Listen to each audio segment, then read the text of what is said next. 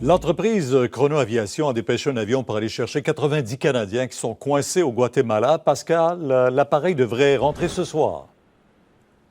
Oui, un grand soulagement pour ces 90 Canadiens, principalement des Québécois, qui vont rentrer à la maison ce soir.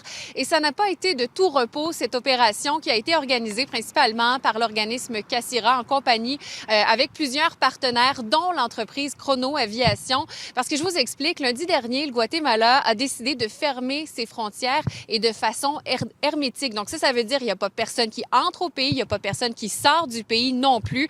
Donc ça a été tout un casse-tête au cours des derniers jours pour obtenir le permis nécessaire pour aller chercher les Canadiens qui étaient coincés là-bas.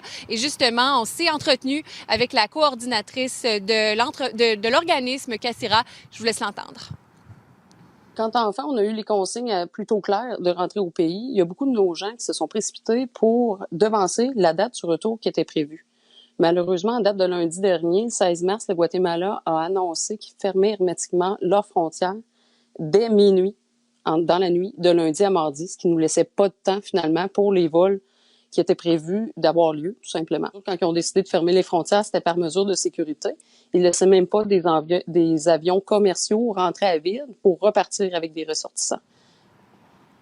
Donc, au cours des prochaines heures, on pourra enfin dire mission réussie. L'avion devrait atterrir du côté de l'aéroport Pierre-Éliott Trudeau ce soir vers 21h, 21h30 s'il n'y a pas trop de retard. Donc, enfin, un grand soulagement pour ces Canadiens qui vont rentrer à la maison. Mais ce n'est pas terminé pour l'organisme Cassira parce qu'ils ont encore des Canadiens dans d'autres pays. Ils sont d'ailleurs en discussion présentement avec le gouvernement canadien pour rapatrier des gens qui sont présentement coincés au Pérou. Donc, beaucoup de travail là, à venir pour l'organisme au cours des prochains jours, prochaines semaines. Oui. Merci beaucoup.